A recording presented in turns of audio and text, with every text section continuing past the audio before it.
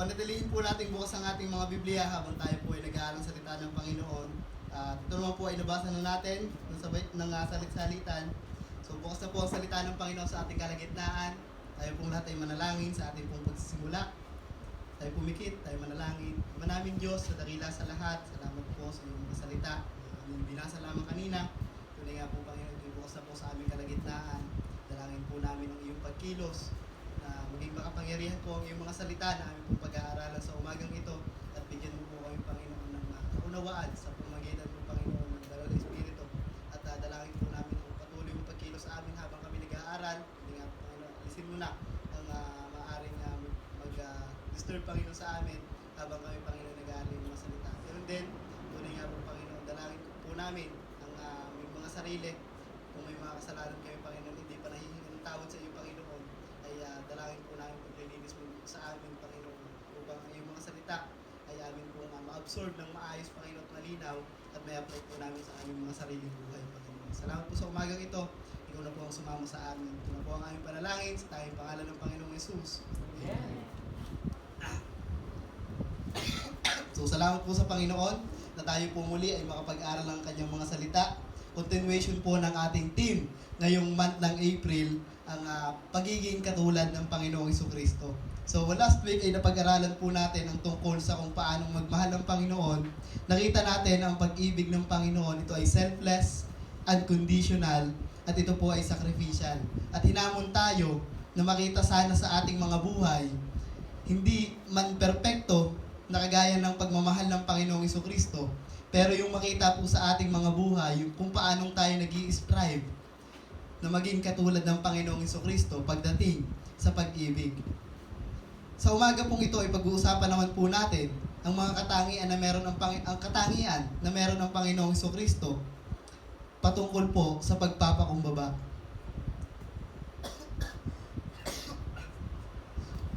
Pagiging katulad ng Panginoong Jesucristo sa pamamagitan ng pagpapakumbaba. Yan po ang title ng ating mensahe sa umaga pong ito na nasa atin pong screen.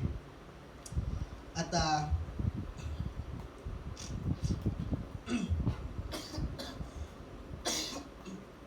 noon pong last week ng March, nung kami po ay nag-usap ni Pastor patungkol po sa tema natin ngayong April.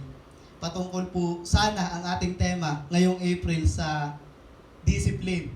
Naging tema natin nung February ay yung revival. March ay commitment. Ngayon po sanang April ay ang ating tema ay discipline. Pero naisip po itong panta ni Pastor ng Christ-likeness.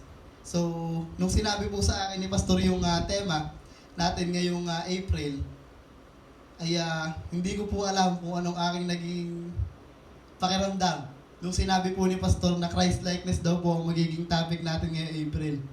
So, hindi po agad ako nakareply kay Pastor. Parang may malamig na hangin na dumaan sa akin.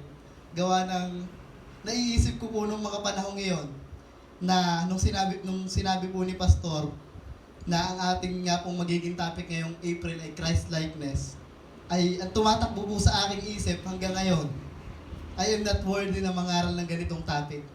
Sapagkat alam ko po sa aking sarili na napakalayo pa ng aking buhay.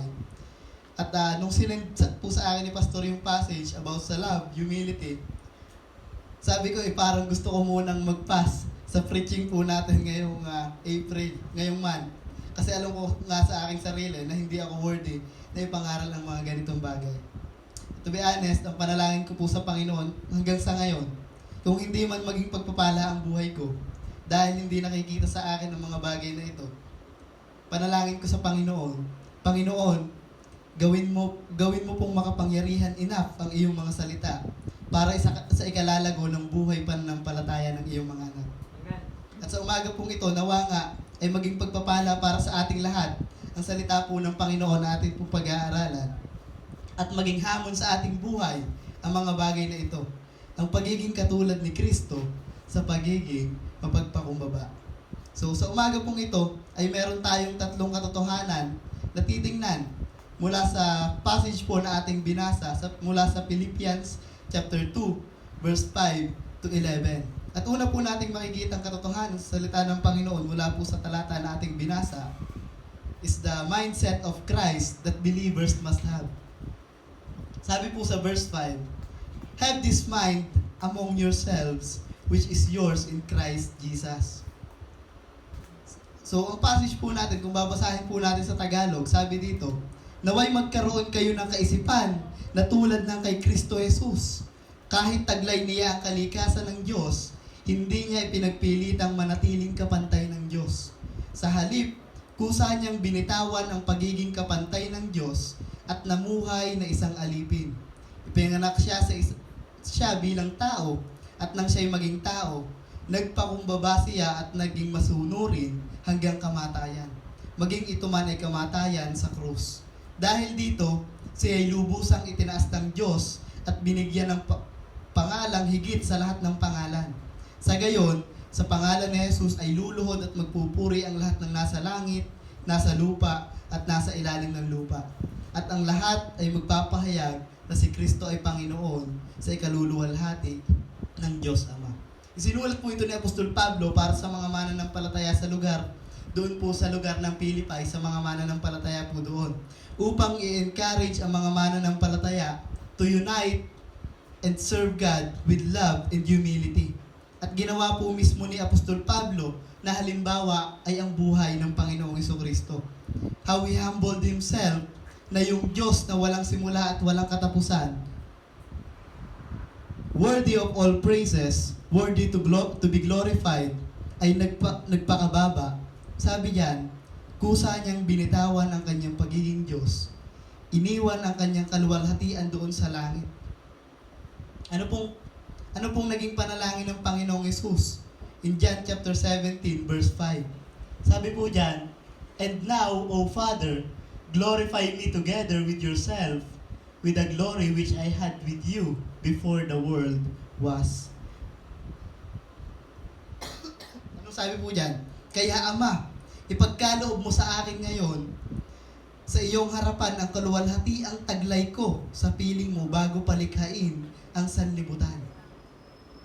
Jesus is God together with God the Father and God the Holy Spirit before the foundation of the world. Nung wala pa po ang lahat ng bagay sa mundong ito, sino lang po ang nag-i-exist? Walang iba kundi ang nag-iisang Diyos na binubuo ng tatlong magkakaibang persona. At nung time na wala pa ang lahat, ang Panginoong Hesus ay nag-i-exist na bilang Diyos. Amen. Daladala ang kanyang pagiging Diyos at kanyang kaluwalhatian. Pero sabi po ng talata in verse 6 sa Philippians chapter 2, kahit taglay niya ang kalikasan ng Diyos, hindi niya pinagpilitang manatiling kapantay ng Diyos. Sa halip, kusa niyang binitawan ang pagiging kapantay ng Diyos. At yan po ang sinasabi ko kanina, na iniwan niya ang kanyang kaluwalhatian doon po sa langit. At sabi pa po sa ating talata, siya ay naging alipin, bumaba dito sa lupa, sa anyo ng pagiging tao. Pero wag po natin kakalimutan, nung ang Panginoong Hesus po ay bumaba dito sa lupa, hindi niya po hinubad ang kanyang pagiging Diyos, kundi iniwan niya lamang ang kanyang kaluwalhatian. Nung ang Panginoong Hesus po ay nagkatawang tao, meron po siyang tinatawag na dual nature. He is truly God and truly man. At nung siya po ay bumaba sa mundong ito, hindi niya piniling mamuhay ng marangya, kundi pinili niya pong mamuhay bilang isang mahirap. Sa kabila ng siya ay Diyos, pinili niyang ipakita ang isa sa kanyang mga katangian sa pamamagitan ng kanyang kapanganakan doon sa sabsaban. Ipinakita niya ang kanyang humility. Kagaya nga ng biruan, kapag napapag-usapan ang patungkol sa kapanganakan ng Panginoong Hesus, ay nababanggit natin yung tanong na kung ikaw ang Diyos at meron kang kapangyarihan sa lahat ng bagay, ikaw, pipiliin mo gang ipanganak sa pakainan o dumihan ng hayop? Walang sino man ang magsasabing gusto niyang ipanganak sa pakainan o dumihan ng hayop. Pero dahil sa katangian na meron po ang Panginoon, binigyan niya tayo ng example. Amen.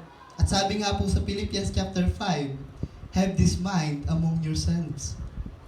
Magkaroon tayo ng kaisipan na meron po ang Panginoong Jesucristo. At ang hamon po sa atin mga kapatid, magkaroon tayo ng kaisipan na meron ang Panginoong Jesucristo.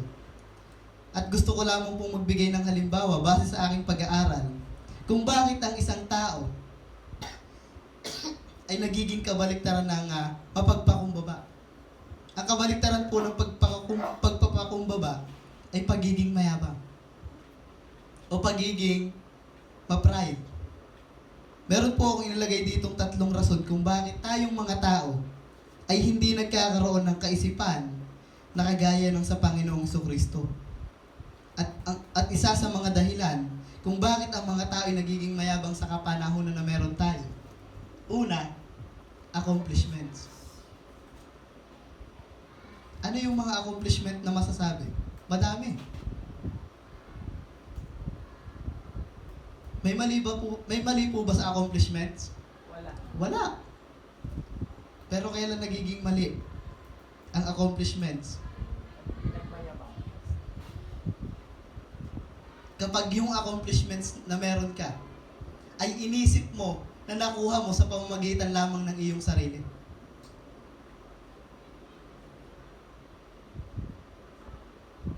Halimbawa na lamang sa school, sa mga palaro. Meron kang accomplishments na nakuha.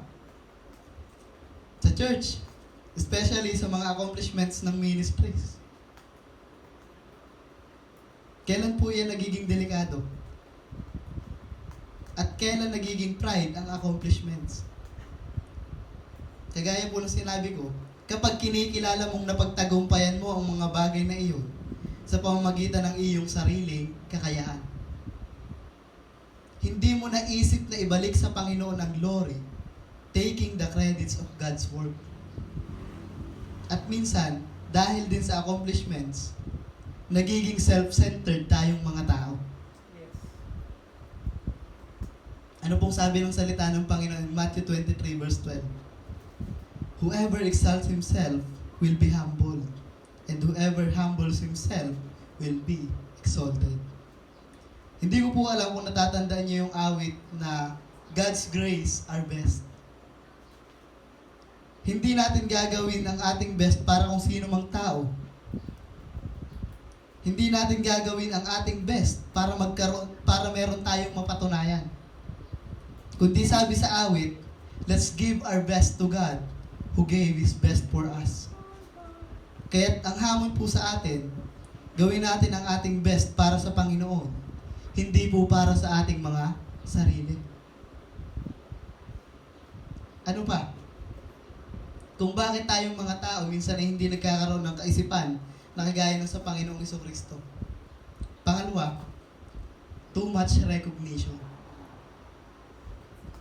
Maraming tao ang lumalaki ang ulo dahil sa gusto ay i-recognize siya lagi. Yun kang gusto lagi mababanggit ang pangalan kahit saan. Lalo na kapag yung pangalan ay tatawagin dahil sa accomplishments nga. Minsan hindi na nagkakaroon ng tao ng kaisipan na magpakumbaba. Why? Maaaring sabihin ng isang tao na ibinabalik niya ang papuri sa Panginoon. Yet being proud na siya ang ginamit ng Panginoon, sasabihin, kung hindi siya ang ginamit ng Panginoon, ay walang mangyayari.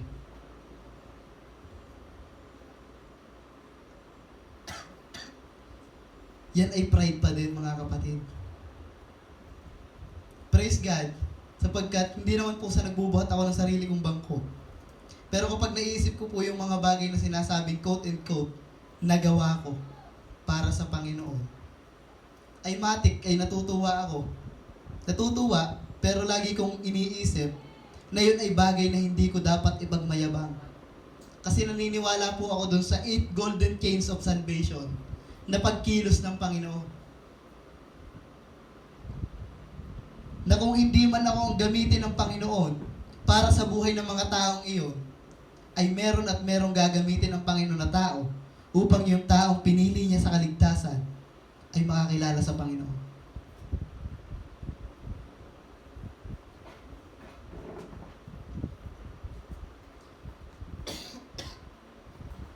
Kaya sa mga recognition, minsan ay hindi ako natutuwa kapag sinabing, grabe, ang ano mo naman, ganito, ganyan. Why? Kasi wala namang ibang gumagawa nun, kundi ang Panginoon. Mas natutuwa pa ako kapag yung mga tao ay nagpupuri sa Panginoon kaysa mag-focus dun sa taong ginamit ng Panginoon. At ang mga tao sa kapanahunan natin ngayon, pati sa mga mananampalataya, mabanggit lang ang pangalan sa awarding or what, lumalaki na din agad ang ulo. Kasi nawawala sa kaisipan na dapat kong purihin ang Panginoon dahil siya ang naging dahilan kung bakit nakuha ko ito. At naparangalan ako. Minsan sa social media, magpo-post, praise God, ganito ako. Nakuha ko ito. Naparangalan ako, natawag ang aking pangalan, pero sa personal, nagyayabang na. Sasabihin sa mga kaibigan, tamo, ang galing ko ano. Nagiging reality po yan. At paalala po sa atin mga kapatid, even Jesus is truly the King of the Jews, He remained silent. Hindi niya ipinangalandakan na ako'y Diyos. I am the King of Kings and the Lord of Lords, sapagkat He Himself is the example of humility na dapat po nating tularan. Una, accomplishments. Pangalawa, too much recognition. At pangatlo, envy. Ang inggit, as we know, ito ay pinagmumula ng galit. Kagaya ng naging Bible character doon kay Cain at kay Abel. But sometimes, ang pagkainggit ay pinagmumulan din po ng pride. How? Una, sa mga material na bagay. Na dahil naiinggit ka, nagkakaroon ka ng pride na i-pursue din yung bagay na gusto mo dahil meron ng iba. Take note, i-pursue yung bagay na gusto mo. Magkaiba po ang kagustuhan sa pangangailangan. Ang kagustuhan, it is something na hindi importante. Like, wala lang, gusto mo lang. Pero yung pangangailangan, ito yung importante. Kaya nga sinabing pangangailangan. Pero sabi ko nga po, nagkakaroon ng pride ang isang tao dahil sa kagustuhang i-pursue yung bagay na gusto niya. Dahil meron din ang iba. Na minsan, kung ikaw naman ng palataya, pinagpe-pray mo sa Panginoon na, Lord, kung kalooban mo, ibigay mo po sa akin ang bagay na ito. Pero alam naman natin na minsan, pinagpe-pray natin ay hindi pangangailangan, kundi luho. Hindi mo pwedeng sabihin kalooban ng Panginoon ng isang bagay na ipinagpilitan mo lamang dahil meron din ang iba. Na pagkatapos mong makuha ang luho, panay na ang iyong reklamo na wala kaming ganito o ganyan. Why? Dahil sa envy, nagkabaliktad na ang tingin mo sa pangangailangan at kagustuhan. Inuna mo ang kagustuhan kaysa sa pangangailangan. At yan po ang reasons kung bakit ang ating kaisipan ay hindi nagiging kagaya ng kaisipan na meron ng Panginoong Jesucristo. Nagkakaroon ng tao ng pride sa pamamagitan po ng mga bagay na iyan. Pero ang sabi nga po ng salita ng Panginoon, magkaroon tayo ng pag-iisip na kagaya ng sa Panginoong Jesucristo. Kaisipang may pagpapakumbaba. Our message this morning ay napaka-iksi lamang. So, yun po ang una nating makikita ang katotohanan mula sa salita ng Panginoon.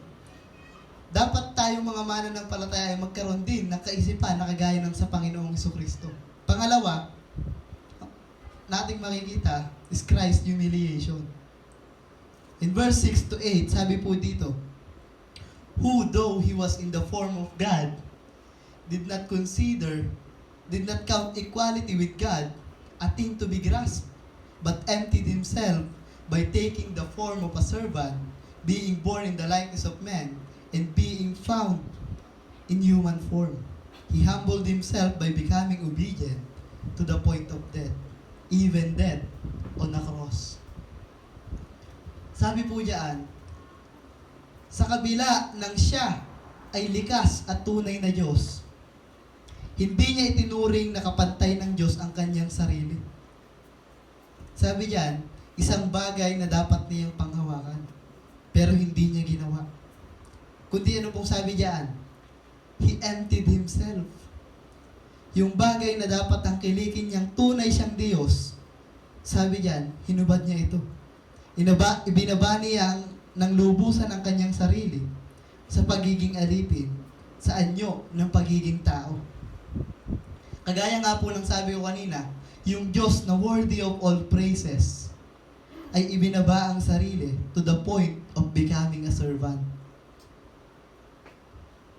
Ano po yung tatlong katotohanan na makikita natin sa mga talatang ito na nagpapakita ng humility ng Panginoon? 3 truths about Christ's humiliation. Una, His divine nature. Sabi po ng Philippians chapter 2 verse 6, who though He was in the form of God, did not count equality with God a thing to be grasped. Jesus is fully God.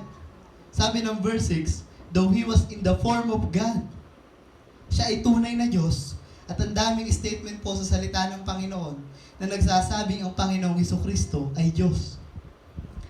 Yung sinabi niya sa diyan, nung time na yung mga tao ay naguguluhan, at tinatanong nila ang Panginoong Hesus, ikaw nga ba talaga ang Kristo?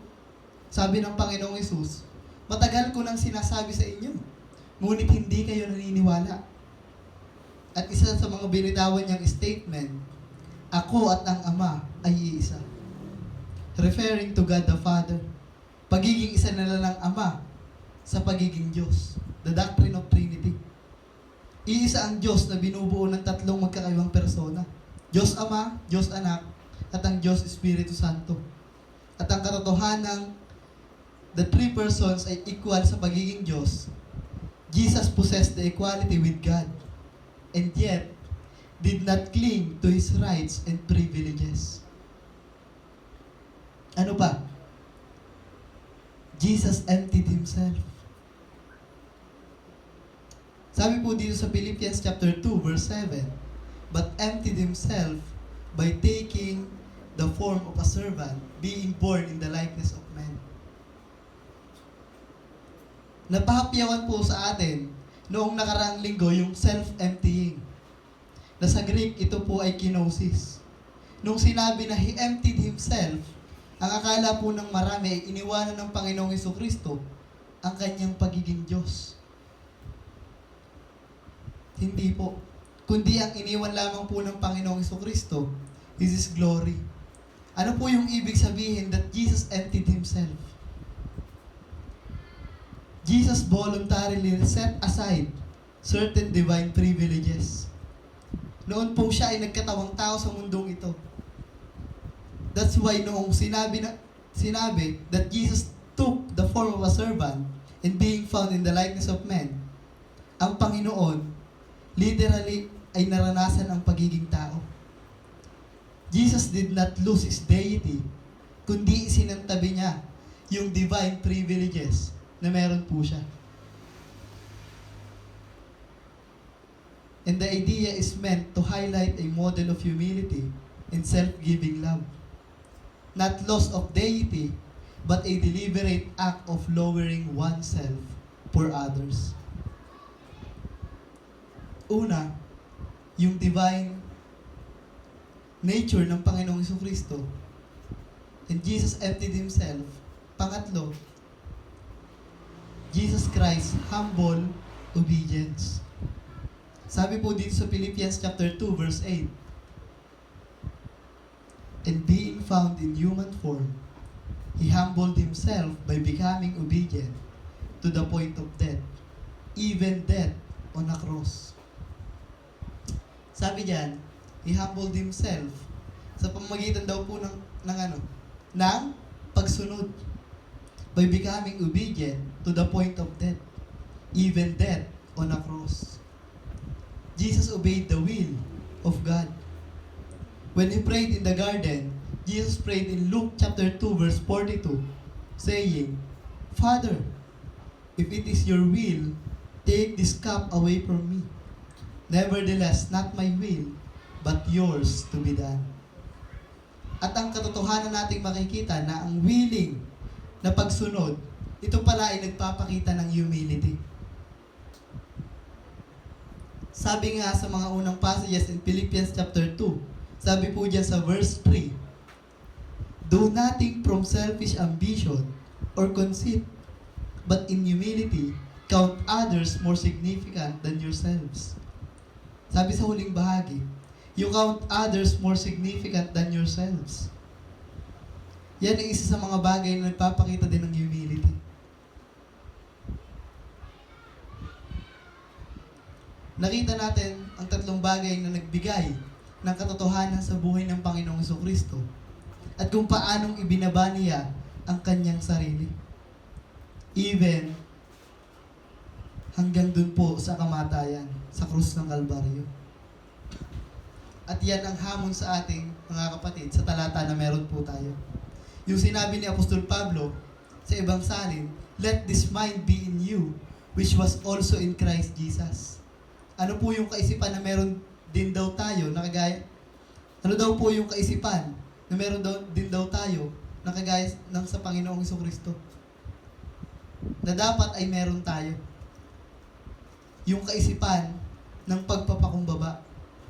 Na nakita natin kung ano ang ginawa ng Panginoong Jesucristo sa kabila ng siya ay Diyos. Hindi niya inangking kapantay ng Diyos. Sa halip, ibinaba niya ang kanyang sarili. He emptied Himself, naging servant. Yung Diyos ay naging tao. At He humbled Himself by becoming obedient kahit hanggang kamatayan. And the question is, kaya mo bang magkaroon ng pag-iisip ng kagaya ng sa Panginoong Jesucristo? O hindi mo pa din kayang ibaba ang pride mo? Can you become a servant to all? Can you obey willingly? Mga kapatid, sabi nga ni Apostol Pablo, have this mind among yourselves. At bakit po kailangan magkaroon tayo ng halimbawa sa pamamagitan ng Panginoong Jesucristo pagdating sa katangian na meron siya tungkol sa humility? Sapagkat alam naman po natin that the goal of Christianity is to be like Jesus. At dahil hindi naman po lingid sa ating kaalaman na ang kabaliktaran ng humility ay pride, at pride ang kauna-unahang naging dahilan kung bakit nagkaroon ng kasalanan. Nawa ay makita sa atin, hindi lamang sa ating mga kaisipan, kundi sa mismong buhay natin, ang pagpapakumbaba na meron po ang Panginoong Jesucristo through our obedience. Una, nakita natin yung mindset of Christ na meron din dapat tayong mga mananampalataya. Pangalawa, nakita natin yung Christ humiliation. At pangatlo, sabi yan, yung Christ exaltation. In verse 9 to 11, sabi po diyan, therefore, God has highly exalted Him and bestowed on Him the name that is above every name, so that at the name of Jesus Christ, Jesus, every knee should bow in heaven and on earth and under the earth, and every tongue shall confess that Jesus Christ is Lord, to the glory of God the Father. Yung Diyos na nagpakababa ay itinaas ng Panginoon sa rurok ng kanyang kaluwalhatian. Sabi po diyan sa talata, therefore God has highly exalted Him. Itinaas ng Diyos Ama ang Panginoong Jesucristo.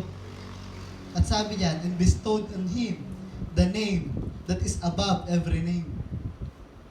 Walang iba kundi po ang pangalan ng Panginoong Jesucristo. At sabi diyan, so that at the name of Jesus, every knee should bow. Sa pangalan ng Panginoong Jesucristo, ang lahat ay luluhod. In heaven and on earth, and under the earth. At sabi dito, and every tongue shall confess that Jesus Christ is Lord, para sa kaluwalhatian ng Diyos Ama. In Acts chapter 2 verse 34, sabi dito, for David did not ascend into the heavens, but he says himself, the Lord said to my Lord, sit at my right hand. Isa sa mga vision na meron, na nakita,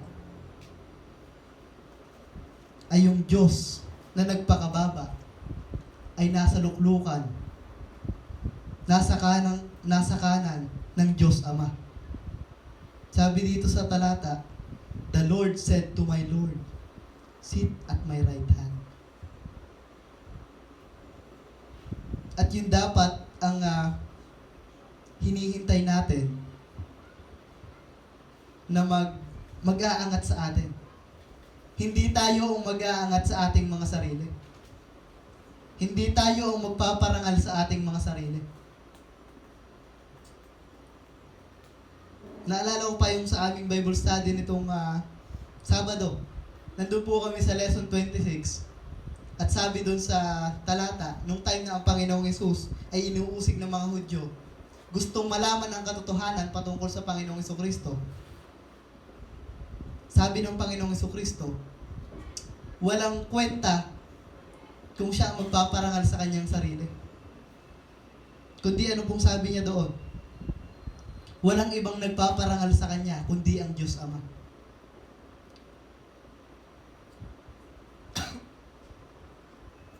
At bilang mga mananampalataya, ang iniintay nating parangal ay yung sabihin sa atin ng Panginoon, thou good and faithful servant, enter now into the joy of your Lord.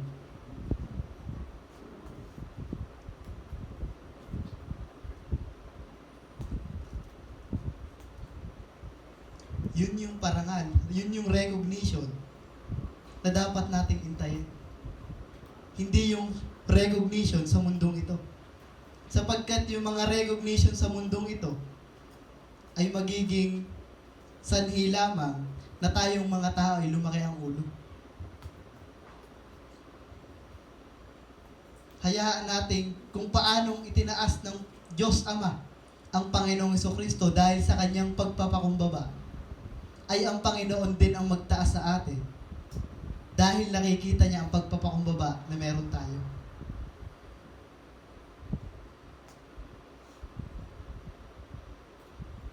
Una, sabi doon, dapat magkaroon tayo ng kaisipan na meron ang Panginoong Jesucristo. Pangalawa, ay nakita natin yung humiliation ng Panginoong Jesucristo. At pangatlo, nakita natin kung paanong yung Diyos na nagpakababa ay inangat ng Panginoon sa pinakarurok ng kanyang kaluwalhatian. At conclusion po natin sa umagang ito, basahin po natin ang sabay-sabay. Ready now? Begin. Having a mind like Christ demands transformation because it challenges pride, redefining success, and calls a life shaped by humility, obedience, and trust in God's ultimate purposes. Sabi po diyan, ang pagkakaroon ng kaisipan ng kagaya ng sa Panginoong Jesucristo ay nagdidemand ng transformation. Why? Nung sinabi po ni Apostol Pablo na have this mind among yourselves, ay hindi lamang tayo basta magkaroon ng kaisipan. Kinakailangan din po natin ng transformation. At sabi diyan, it challenges pride, redefines success, and calls for a life shaped by humility, obedience, and trust in God's ultimate purposes. So, ang kaisipan, pagkakaroon ng kaisipan ng kagaya ng sa Panginoong Kristo ay nagdidemand ng transformations. Dahil i-challenge nito ang ating pride. At tinatawag tayo sa buhay na shaped by humility, obedience, and trust in God's ultimate purposes. Yun lang po sa umagang ito, tayo pong lahat ay manalangin. Ama naming Diyos, sa dakila sa lahat, salamat po sa iyong perfect example of humility, Panginoon. Salamat po sa iyong mga salita na nagpapaalala at naghahamon sa amin, Panginoon, kung ano ang buhay na meron dapat kami sa iyong harapan. Salamat sa buhay po ng Panginoong Kristo na siyang aming perfect example, Panginoon, sa buhay pananampalataya po na meron kami. Tunay nga po, Panginoon, sabi ng iyong mga salita, wala na kaming ibang dapat tingnan kundi ang aming Panginoong Kristo. Because He is the author and finisher of our faith, Panginoon. And our perfect example. Sapagkat alam namin po na ang goal ng buhay pananampalataya na meron kami ay maging katulad niya. Salamat po sa mensahe ng iyong mga salita na amin pong napag-aralan. Tunay nga po, Panginoon, tulungan mo kami ng mamuhay ng buhay na merong pagpapakumbaba, Panginoon. Huwag kaming mamuhay sa buhay na umiiral ang pride, Panginoon. Kundi tulungan mo kaming magpakumbaba. Sapagkat alam po namin na ikaw din po, Panginoon, ang magtataas sa amin, Panginoon. At isang napakagandang pakinggan ng recognition mula sa iyo, Panginoon. Thou good and faithful servant, enter now to the joy of your Lord. Salamat, Panginoon, sa mensahe ng mga salita. Tunay nga po, Panginoon, na maging pagpapala para sa amin, Panginoon, ito. At maging lakad ng buhay namin, Panginoon, ang mga salita na amin pong napakinggan sa umaga pong ito. Salamat po, Panginoon. Ito na po ang aming panalangin sa tayong pangalan ng Panginoong Hesus. Amen.